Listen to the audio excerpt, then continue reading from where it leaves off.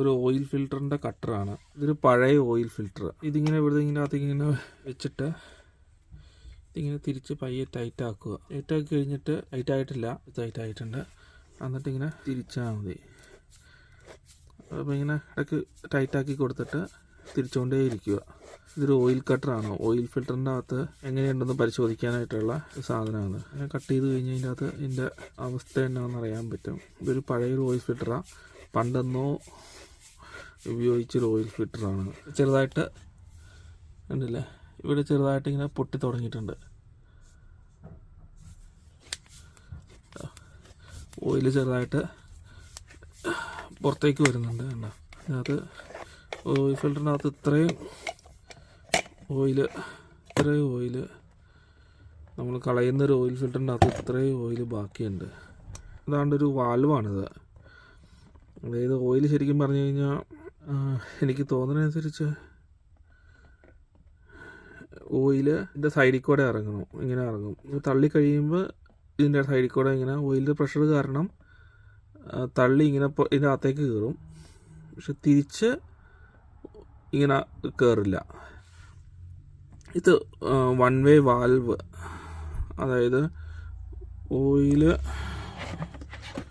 ഇതിങ്ങനെ ഇരിക്കണേ, ഇത് കണ്ടില്ലേ, ഇതിങ്ങനെ ഇരിക്കണേ. ഓയിലിൻ്റെ ഇടയ്ക്കോടെ കയറി ഈ വാൽവ് തള്ളി ഇതിൻ്റെ അകത്തേക്ക് കയറും. അത് കഴിഞ്ഞിട്ട് തിരിച്ച് ഓയിൽ ഇത് പുറത്തേക്ക് വരില്ല. One way valve. ഓയിലിൻ്റെ തള്ളിക്കൂടെ അകത്തോടെ കയറും, പക്ഷെ തിരിച്ച് ഓയിൽ പോവില്ല. അതിനുള്ള സാധനമാണ് ഈ വൺ വേ വാൽവ്. നല്ല ക്വാളിറ്റി ഉള്ള റബ്ബർ പോലെ തോന്നുന്നു. നല്ല ക്വാളിറ്റി ഉള്ള റബ്ബറാണ് ഇത്. കണ്ടത് ഇങ്ങനെ. എന്നിട്ട് ഓയിൽ ഈ ഫിൽറ്ററിൻ്റെ, ഇതാണ് ഫിൽറ്റർ മീഡിയ. ഈ ഫിൽറ്ററിൻ്റെ അകത്തോടെ കയറി ഇതിൽ കൂടെ പുറത്തേക്ക് വന്നിട്ട് വേറെ ഓയിൽ എൻജിൻ്റെ ഭാഗത്തേക്കൂടെയൊക്കെ പോകും. ഇതിൻ്റെ അകത്തൊരു വേറൊരു സാധനം കൂടെ ഉണ്ട്. ഇത് കണ്ടില്ലേ, ഇത് എനിക്ക് തോന്നണേ ഇതിങ്ങനെ തട്ടി നിർത്താനുള്ള സാധനമായിട്ട് എനിക്ക് തോന്നണേ.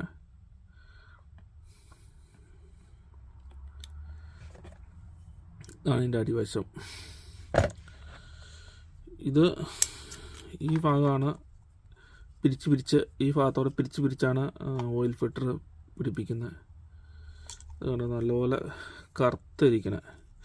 കുറച്ച് പഴയ ഓയിൽ ഫിൽറ്ററാണ്, എൻ്റെ കയ്യിലിരിക്കുമായിരുന്നു.